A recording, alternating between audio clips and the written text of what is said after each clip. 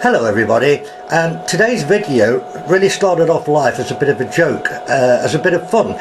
Around about 7 months ago, when I received notification of a latest video uploaded by a fellow YouTuber of the name of Wobble, whose real name is Stuart, and I believe he's down there in Australia. Now, in this video that he'd uploaded, he was featuring a full set of Tri-ang Tierwags, which are a car transporter holding 6 cars each.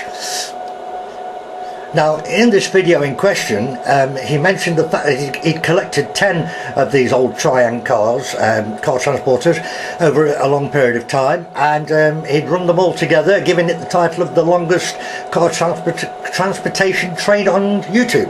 And the video is fantastic. I mean, he's got a marvellous layout. If you've never heard of Wobble, you need to go and check his channel, because he's got some wonderful videos. He's a great guy, and he's got a wonderful layout, far better than my little thing here. But yeah, anyway, go and check him out if you've never heard of him. But going back to the video, I watched the video and I had to comment on it. It was a great video, and yeah, and on my comment I did say at the end, I think I'm going to try and take the record off you, Stu, for the longest car transportation train on YouTube. And it was only a joke, but I did get an email back from Wobble, and he did say to me, "John, go for it." Well, we are, like I say, about 7 months down the line, pardon the pun there, but I thought I would go for it.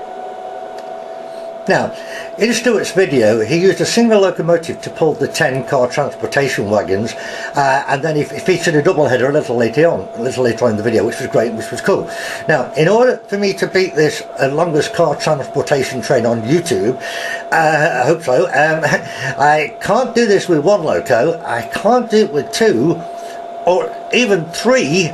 In actual fact, it's taking 4. Now, here we've got the original Hymek, which is R758 class 35. Now, when I say original, this is the very last one, I think. This is the Hornby one, which has got the ring-filled motor.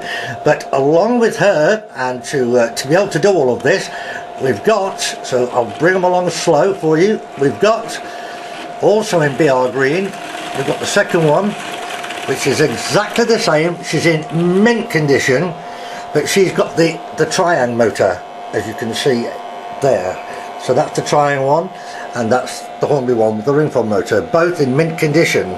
This is why I put in the title, I called it Hymek Mayhem, because it's just mad, all these Hymeks. So we'll bring her along a little bit more for you again, and then we've got the Tri-ang one again, this time in the BR blue. So there she is, and that's again with the Tri-ang power bogey. And then the fourth one, to enable me to do all this job, is the rear one. I don't mean rare, but it's at the back end. I mean, it's rare because you don't see them very often. This again is a Tri-ang one. It was made for the Irish market. Now, they don't come up very often, and when they do, they fetch really good money. And now, a lot of the time when they do come up, that sticker is missing, and I've got that sticker on both ends. They are original stickers, so that is in excellent nick. So there you have it, all 4 of the Hymeks, which are going to do the job today, pulling, like I say, hopefully the longest car transportation train on YouTube. So let me show you now what the plan of attack is today then. We got the 4 Hymeks, which you've just seen, so I'll just pan along those nice and slow. Let you have another look at them. Alright, now the plan is, these are on the outside line. Now the plan is, we're going to get her onto line 2, where we've got there waiting 1, 2, 3, 4, 5 of the tier wagons. Yeah, 1, 2, 3, 4, 5. They're all loaded up with 6 cars on each. Okay, so they're all there, and then if I very carefully, I'll go slow so it doesn't blur your eyes too much, but to very carefully come over here, down to the sidings. Now, in here you can see we've got more of them, and obviously other types of transporters as well. Now I'm going to show you right down as far as I can. Both of those sidings are loaded up all the way right down into the station, underneath the station, and there is a guardrail on the very end of one lot. So the plan is now is to get the Hymeks to pick up the ones off the second inner line, bring her back out onto the outside line, and then come and get all this lot out of the station. So let's just do it. Alright, first up then, let's get these round onto line 2.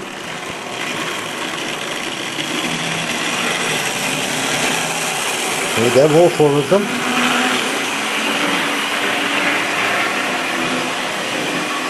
Get them round here for you. Doing a bit of shunting today with these, hopefully, if all goes to plan. There we go, onto line 2. Okay, there is fine. Right, let's go and pick up the first 5 Tierwags. Come on then, we're going to do it on this second line here. Nice and gently does it. Right, have we got them? Who hell's a ray? At last a coupling that worked. Through the amount of times that you do a dry run and it's fine, then you go for it and it's not fine. Oh, right, come on. All 5 of them across the point. To there, come on, come on, come on. To there is absolutely perfect. Right, now here's where the fun really starts. We've got to get these pushed backwards very carefully over the changeover section onto the outside line number 3, the 3rd radius curves, and hopefully we're not going to get any derailment because this is a lot to push backwards, and we've got to get them right round the outside. Come on ladies, you can do this for me, come on. We've got to get this right round the outside, then we're going to come down into the sidings on the left of the layout, and we're going to couple up to a massive rake of more of them. So, bear with me. Right, nice and slowly does it. This is really quite tricky here. Pushing this amount of stuff backwards can be a problem, but hopefully it's not going to be, guys. Let me get up. Come on. Whoa, steady, steady, steady, steady. Ah, right, well we've just coupled. I'm fairly sure that's coupled. Let's see if they're going to come out without any problem. Right, come on guys, let's do it. Come on, pull them out. Nice and steady. Come on. Just need to get past a certain point here.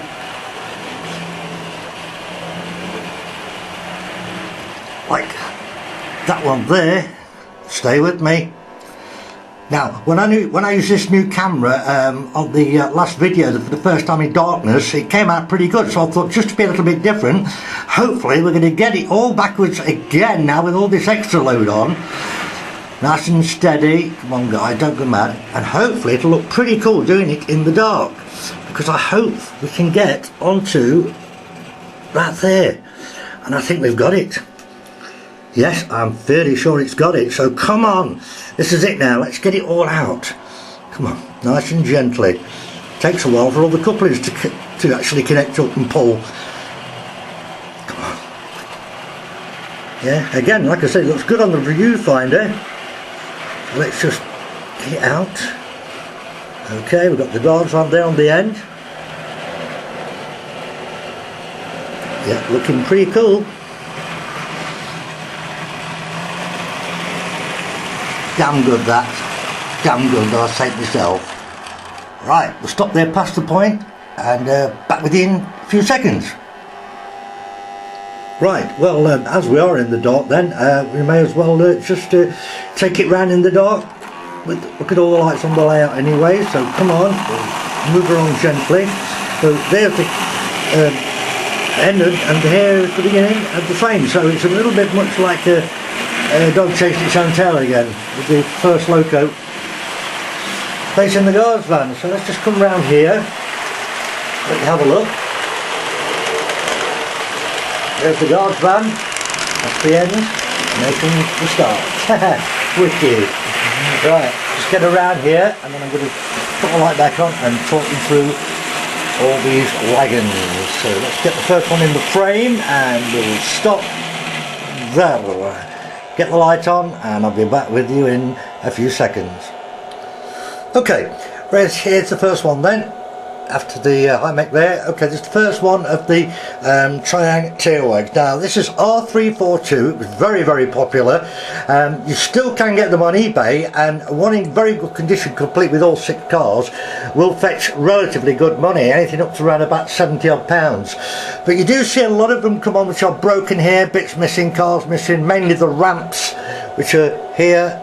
Those ramps tend to be missing a lot, and you can usually pick them up for a couple of quid, but I'm going to tell you more about that in a little while, why it's worth having a go at that. But in the meantime, that's the Tierwag car, and as I say, that's complete with all 6, in fact all of them are. So I'll run these through to you, and then I'm going to tell you something about them. What I would like you to do while you're watching these go by, which is 1, 2,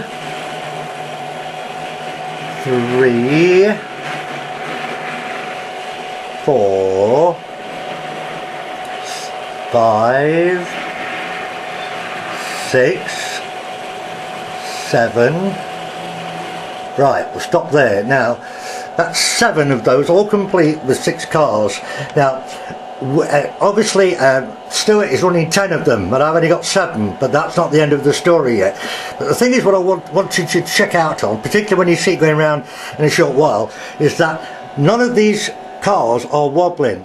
All the old Tri-ang stuff, virtually all of the old Tri-ang roller stock, tended to wobble, and you can see this actually happening to the ones in Stuart's video, and you can also see a couple of people have commented on it, in fun of course, the old Tri-ang wobble. Now I've stopped all of these from wobbling, and I'll explain to you how I've done that. There's 3 things that causes wobble on the old Tri-ang things. One is the plastic wheels. They've quite often got a little mark on them where they are originally manufactured on a sprue, and then they get broken off, which leaves a little mark, and that can sometimes cause them to wobble.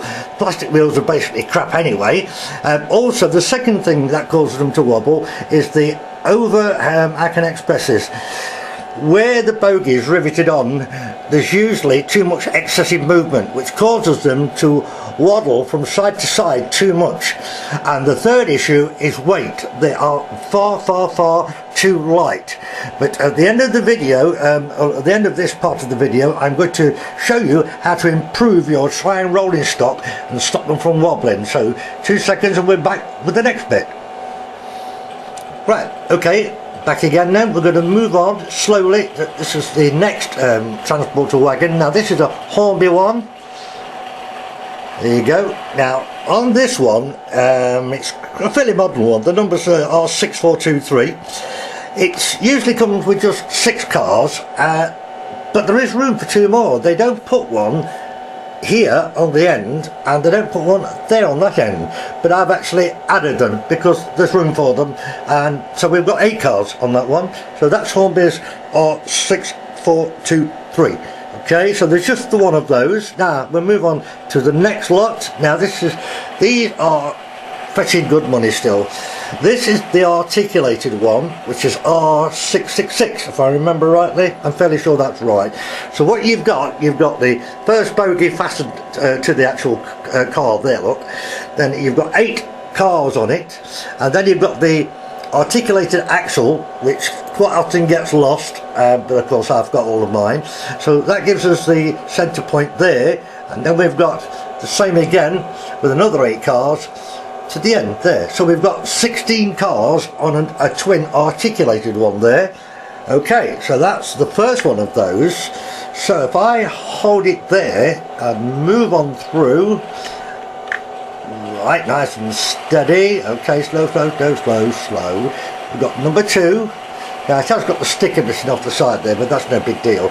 There's the articulated bogie, and that's the end of the second one. Now we've got a third one, but this is one of the later ones. It's still R666, but of course it's got the writing on it, Silcock Express, and that's right up to there. So we've got 3 double articulated ones up to there. Now at the end of the 3 articulated ones, we've got 2 single deckers. this is the first one. Now the number on these, I mean, I think you can still buy these. These are R124 or R126. I think I've seen them advertised with both different numbers. That's supposed to stay up a bit more, but it doesn't. That's better. Should be about there. Right, anyway, get up a bit. There they are then. So there's the two of them. Now they're single decker ones, like I say. They are slightly different to each other. That's obviously got the 3 cars on, and they are. They've got like, let me get it right, in the moulding on the base there's a pivot sticking up, so the cars clip onto those, which is a very good idea, because I hate the cars falling all over the place and falling out, and by putting them on this pivot, which is part of the manufacturing process, they're nice and solid, they don't move around. Same thing applies to this one, but this has got like the roadway for the platform part, whereas that one doesn't actually have roadway markings on it.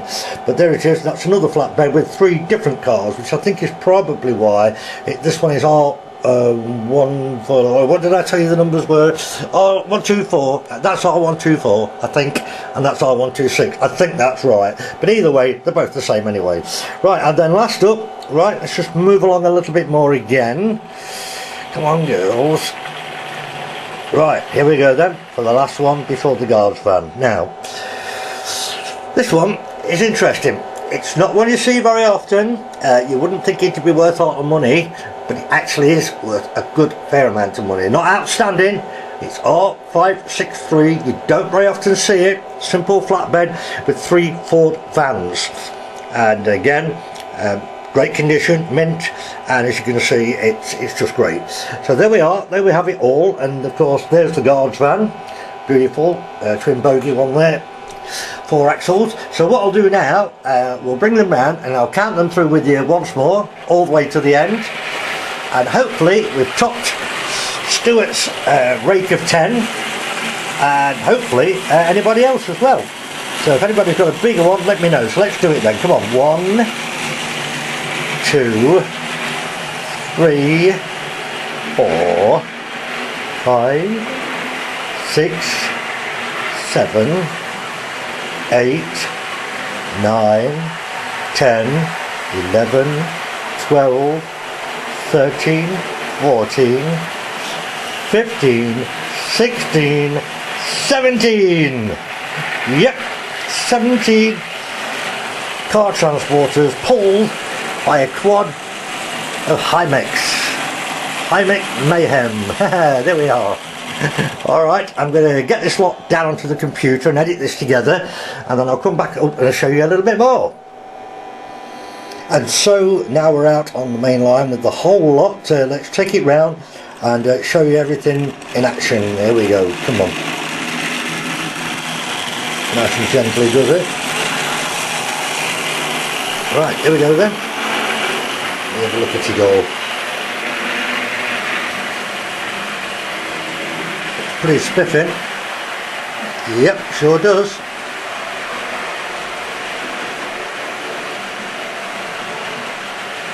God, it's a long train. Oh no. Yep. There's its bum and there's its nose. Right, get up and show you around. Oh, she's running. Oh, yeah.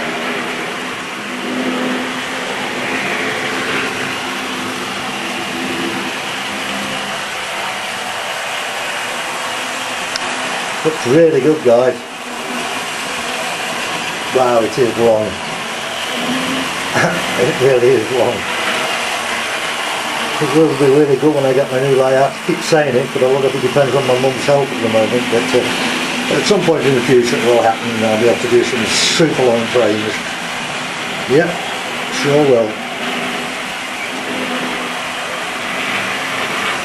So there's the two of them together, look. The tail and the nose. Yep, let's get down here for you. Let's have that open and put it from here. There. Good speed as well.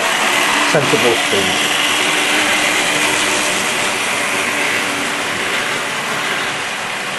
Fantastic. Now, as I said a bit earlier, what I'm going to do at the end of this part of the video, to make it even more interesting for you, I'm going to show you how to stop the Tri-ang wobbles. As you'll see, all of these are running absolutely perfect. So just get down here and have a look at these wheels. Slow it down a bit. Okay. See, I'll get to the wagons, look. None of them are shaking. None of them at all, look. Steady as a rock. So, yep, pretty cool. So there you have it. And what I will tell you is that I have glued all the cars on. I know some people might think that's a bit sacrilege, but I hate the damn things falling about all over the place, and when you're running them they slide up and down, bang into each other, which completely pisses me off. So simply all I've done, got a glue gun, put a blob of glue under the car, put it into place and let it go off. And like that, they don't move about, they don't wobble, and yep, that's it. So last time round then, now you've seen it all going, I'm just going to speed it up and show you how good you can get away with this.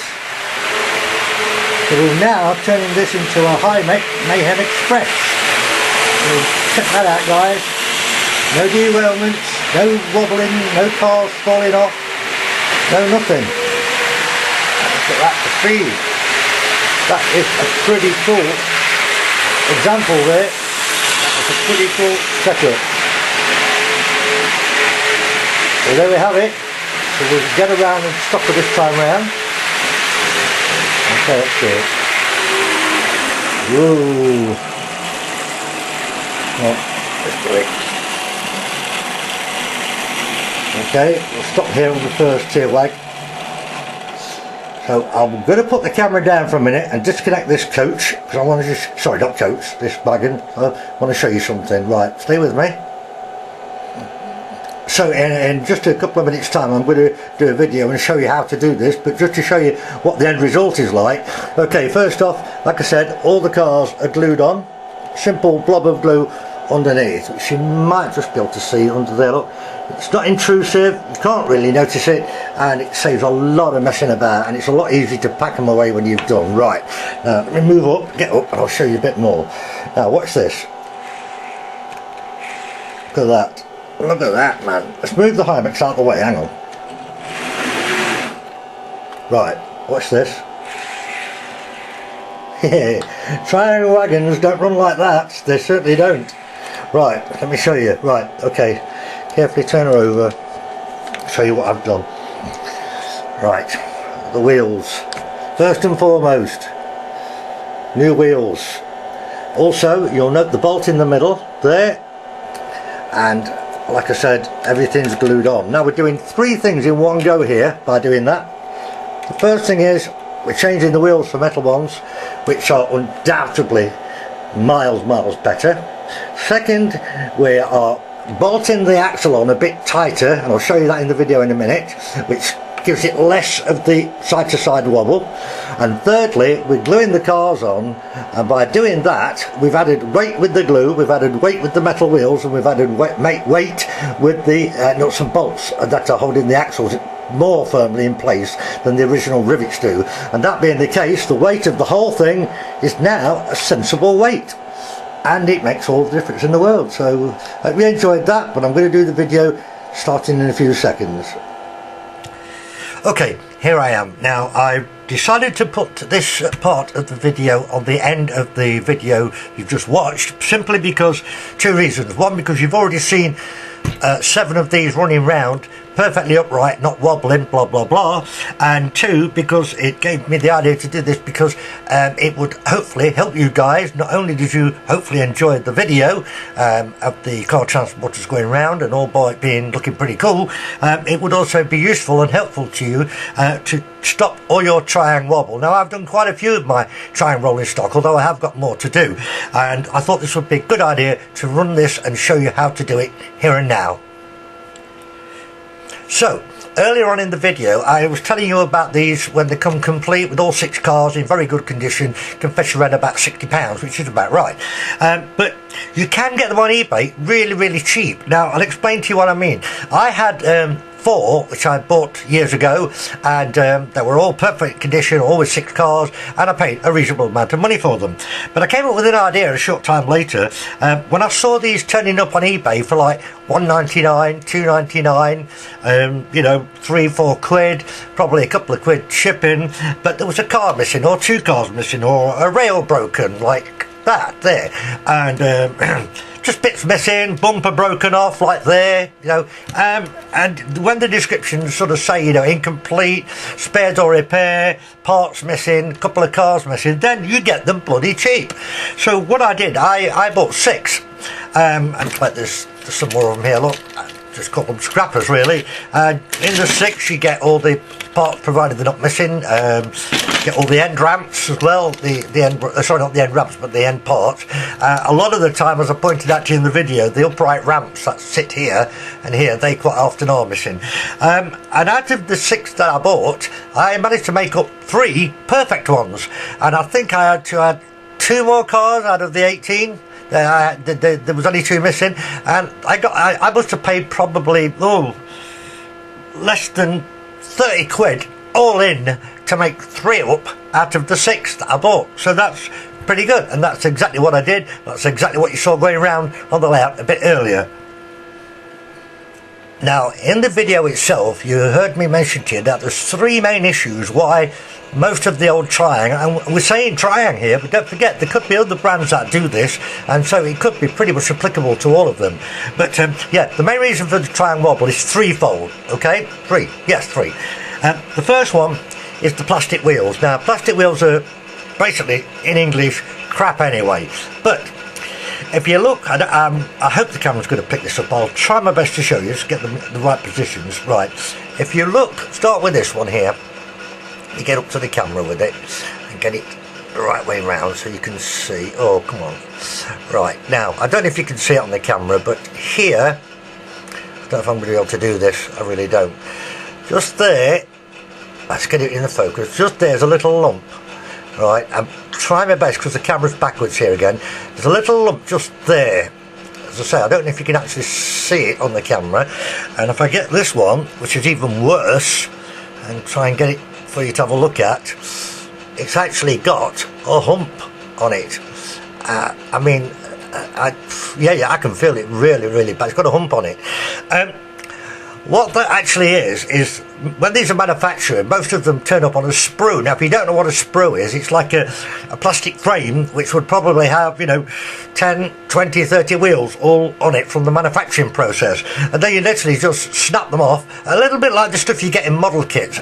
You snap them off or snip them off, and it does leave a little mark on the wheel where they've been cut or snapped off. Now, generally speaking, on Tri-ang track, it's not a problem. But when you run the plastic wheels onto modern track, generally speaking, the plastic wheels aren't too bad, but if that little mark is still there from the sprue, it can cause it to judder and catch the sleeper grips. So the first and foremost thing I do if I'm using plastic wheels, if I have to use plastic wheels or something, I file that piece off very carefully so it's nice and round with the rest of the wheel, of course. But so really, that plastic wheels is the first thing. They've got to go. Oh yes, and I forgot, whenever I'm doing anything like this with a few old scrappers of something, which I'm intending to make as many good ones as I can out of them, the first thing I do is strip them of everything that's strippable, and then with some fairly warm water in the sink, some washing up liquid and a scrubbing brush, I literally clean them, scrub them really well. Rinse them in cold water, you won't do any harm to anything. Rinse them in cold water and then just blow dry them with a hairdryer just to get all the remnants of the water off, and you just bring them up pretty clean and nice and easy to work with. If you need to glue anything, it's all nice and dust free and nice and clean. So yeah, that's what I do with them. Right, now the other second point of the wobbly Tri-ang or any other company's stuff that wobbles is this. Now, in the case of the Tri-ang, we've got the central rivet there which rivets the axle assembly to the car itself, but there's obviously a gap left to allow for it to move, but the problem is the gap is always too much. And if I tip this sideways, and hopefully you should be able to see this if I can get this right, watch, sideways movement, look at that. That is a vast amount of sideways. It's far too much. It's just too much. So hence the wobble. That's one of the second contribution towards it. So we're going to fix that as well in a minute. And the third thing, which I mentioned to you earlier, is the weight. These are so light. It's just too light.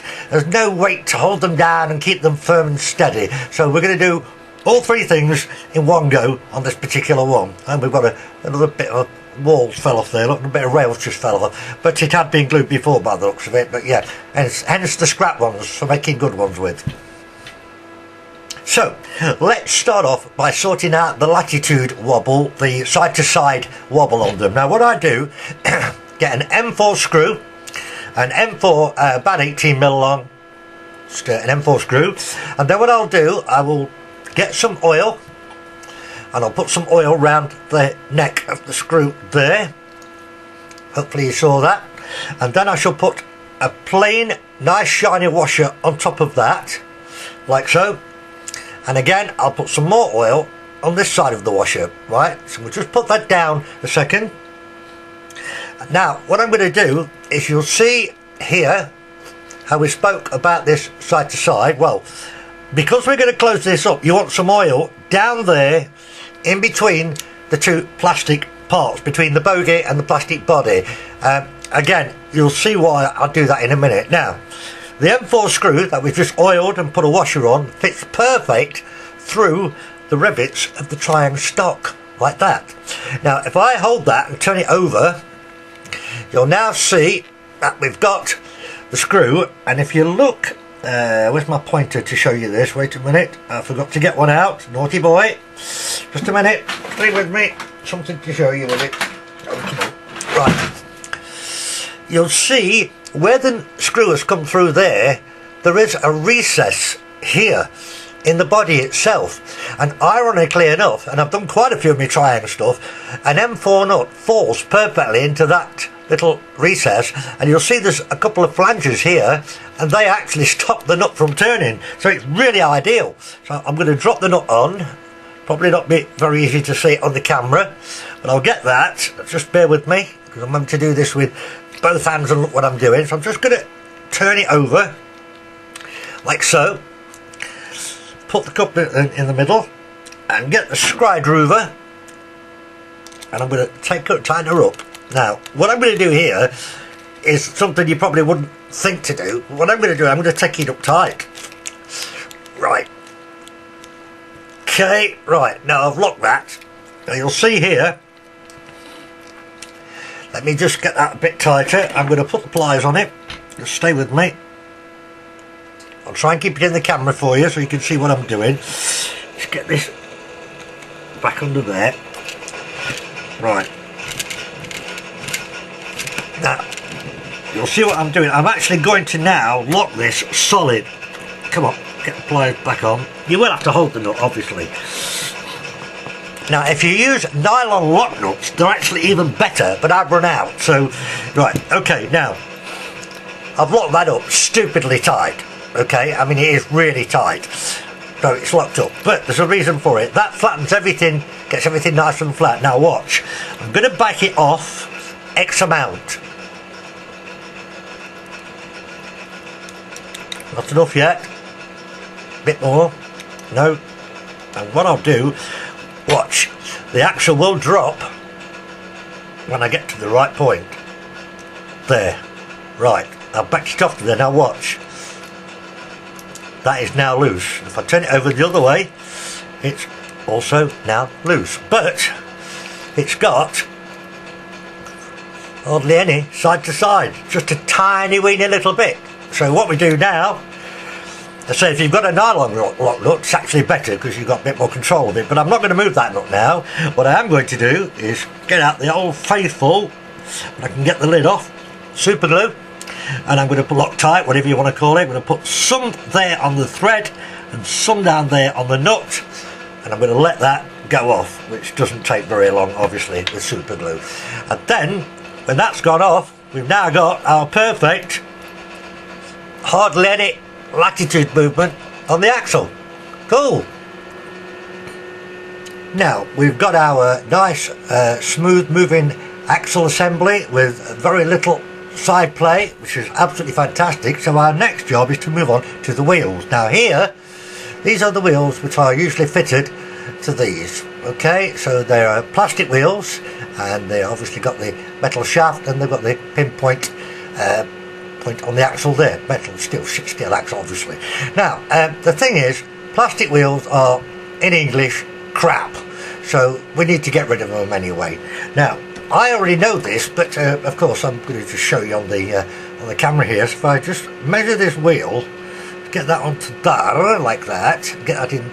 It's going to show you 10.5 or thereabouts. I mean, the plastic wheels, so they're going to vary a little bit because of the a few thou difference on them, especially if I've had a bit of wear. But I know they're supposed to be 10.5, which is more or less what it's saying there. So right now, okay, we can buy Hornby's wheels, the metal ones. They do 3 different versions. I think it's 3 different versions. You can get, let me get this, no sorry, it's 2 sizes. You can get 12.6mm or 14.1, and in each case they do them in 3 different types. I believe I've got that right now. You can have, oh no, 4 different types. You can have spoked, I think 3-hold wheel, or a 4-hold wheel, or a plain disc wheel.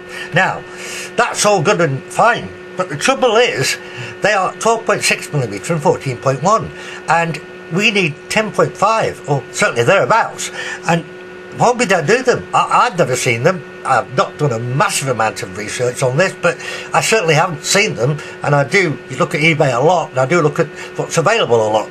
So I was trying to work out what I could do, but then some months ago I stumbled across this. Now have a look at this.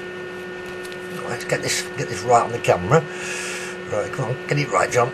I'm backwards again as always on the bloody camera. Right, Lilliput. Okay, the number's upside down, so I'm going to have a look. It's what, L587450. There you go, L587450. And if I turn that round, it says Bagman Industries Europe Limited. So I can only assume that Lilliput is now owned by Bagman. But watch this.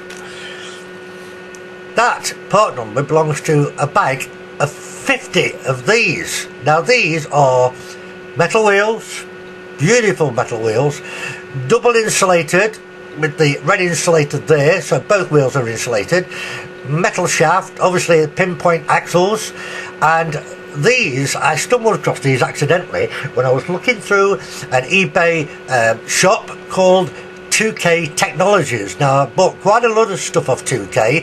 They're very good service, and they do a lot of good stuff and some very good prices. And they, like I say, they're selling these as a brand new pack of 50 axles for $29.99 free postage, and that is bloody great. So I took a chance and I bought a pack of 50 of them, and yep, they're absolutely fantastic. They do the job great. So go and check out 2K Technologies if you want some of these wheels. They're actually HO, but the size of them is, I'll show you,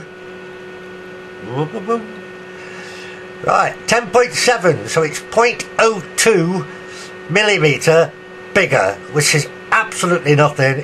You'll never see that in a million years, and it also means that the couplings all line up correctly, whereas if you use the Hornby wheels of 12.6mm, then the couplings are raised and they don't line up with something else that you might want to put them onto, which have the bigger wheels. So these are the ones to get, guys.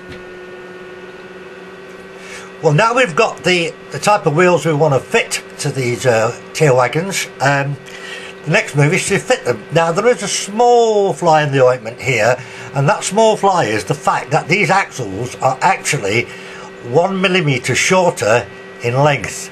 It's not a big deal, and I'll explain to you how you can get round it. First of all, because the plastic of the bogie on these is more of a nylon-y type plastic, it's got a little bit of spring in it. It's not terribly brittle.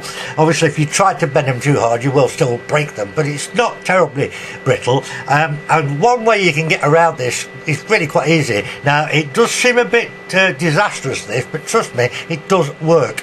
Right, if you get a cup of boiling hot water, now if any of you youngsters have a go at this, remember we're dealing with boiling hot water here, we don't want any scolds, right, but believe me, this does work. Boiling hot water in a mug, and then dip it into the mug up to about here with the boiling water, and leave it standing in the mug for roughly about 10 minutes. Yes, about 10 minutes. Now trust me, you won't do any damage to all the plastic as long as you don't press it or touch it when you take it out. But what you are going to do when you take it out, you're going to shake off all the excess water very quickly, and then put it down, and with a pair of pliers just very gently get hold of the axle and slowly lever it in by about 1mm. Now, and I said we only need 1mm overall, which is actually 0.5 millimetre on each axle box, but there's a reason for going up to a bit more. Take it to about 1mm in, and the same again on that side, 1mm in, and you'll be able to do that very easy because it's red hot and the plastic's softened. But once you've done it, let go, let it cool down, and when it cools down, it'll stay like that. Now, I know that seems a bit disastrous, and you probably can just tell, because I've already done this, you can tell that they are slightly bowed. It's ever so slight. Normally you wouldn't even notice it. In fact, I would defy you to even notice it on the video unless I'd already told you that's what I've already done to them. So there we go. Now, there is another way you can bend them in if you don't want to mess around with the hot water. You have to be a bit careful. I'll show you on the other end how you can do it. You've got to be very, very light and not be too hand-fisted about this, but you can do it like this. Same again, just get hold of it on the axle box with a pair of pliers. Now, very carefully spring it, and don't go too much in one go. Just keep springing it a little bit at a time, nice and gentle. You'll feel it, and then let go, and you'll see it has actually bent it in just a tiny weeny little bit. You can see there, it's not quite straight, look, and it works fine. So you've got two ways of doing it there, but if you do it that way, be very careful not to snap them off. I have never snapped one, so that's probably a good sign. Right, we'll come back to this side. So we're now ready. I've already done these, so we're now ready to put the wheels in, and obviously the thing you mustn't forget obviously is, like, quite simply, a spot of oil, sorry, there wouldn't be glue in it, a spot of oil on the 4 plastic pinpoints there. So put that away, and then simply, oh, this couple is falling off, this one, it's only a scrap one, come on, bend round, that's better. Right, so literally just pop the wheels in. Now, the reason I said bend them about 1mm is because once you put the wheels in, it springs them back out, and there you have the wheels in that one. Oh, hang on, I've not dropped that in, sorry, my fault, hang on, that's better. I didn't think it felt right. That's more like it. Perfect, look. Same with the other one. As I say, I've already done this side as well. Drop those in, and there you have it. Perfect. Now, it goes without saying that putting these needle roller wheels into still plastic, it's not as good as having them in the metal steel roller bearing casement, because we've got into plastic still like we were with the original wheels. But I will tell you now that this is at least 50% better from a drag point of view and a running point of view than it is with these horrible stupid plastic ones in. So there you got it. So now that's fitted the wheels in place, and we're ready to rock and roll for the next bit. Well, we are more or less at the end now, guys. So the last thing, of course, which I mentioned earlier, is to do with the weight. Now, obviously, a couple of nuts and bolts are not going to be heavy, but nevertheless, it's adding a little bit of weight. The steel wheels, well, 4 of them, so again we're adding a little bit of weight, and then by the time you've glued all the cars onto the various parts of the carrier where they go, with the big blobs of glue gun, or hot melt gun as some of you call it, believe it or not, it actually does add a noticeable enough weight to make them feel much more solid, rigid, and because of the improvements on the axle latitude sideways movement and the new wheels, the whole thing just performs absolutely wonderfully. So yeah, job done. No point in showing you about adding the weight, because I've just explained it. There's nothing else you can do. Something you can do also, just diverting slightly, is when you get any broken parts like this on them, and you've got some scrap ones, it's dead easy to just get a Stanley knife and cut a good piece off of a one that's probably in worse condition than the one you're working on, and replace it with a spot of glue, and yeah, and just make yourself some good ones up. So it's really easy to do, and the results are absolutely fantastic, as you saw earlier on in the video. Now, there's just one more thing to run by before I go, so yeah, just bear with me. Right, now, oh yes, now these wheels, or these size wheels, is what I've just been telling you about. So you've got the pack of 50 there, like, for $29.99, free shipping. Brilliant. They used this 10.5 type size wheel in virtually all the transcontinental stuff. They used it in a lot of the English stuff, like the Tierwag wagon here, and also what you saw earlier on the video was the articulated R666 British one with 16 cars on it. That also used these wheels, and I've changed them in the video, which if you go back and have a look you'll see.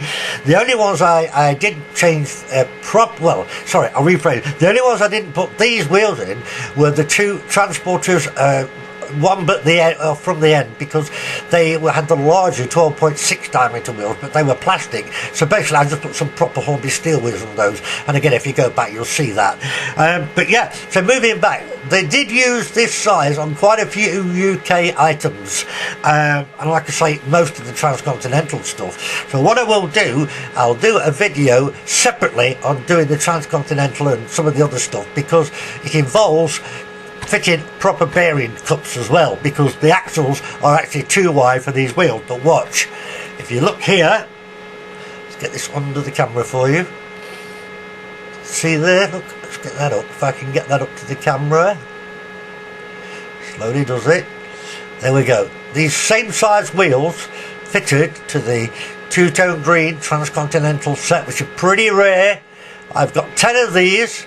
I've got 8 of the red silver ones, and I've got I think 8 or 9 of the blue and yellow ones, and I've done this full set of the 10 two-tone green ones. I've got the others to do yet, but it involves fitting needle roller bearings, which you can see down there.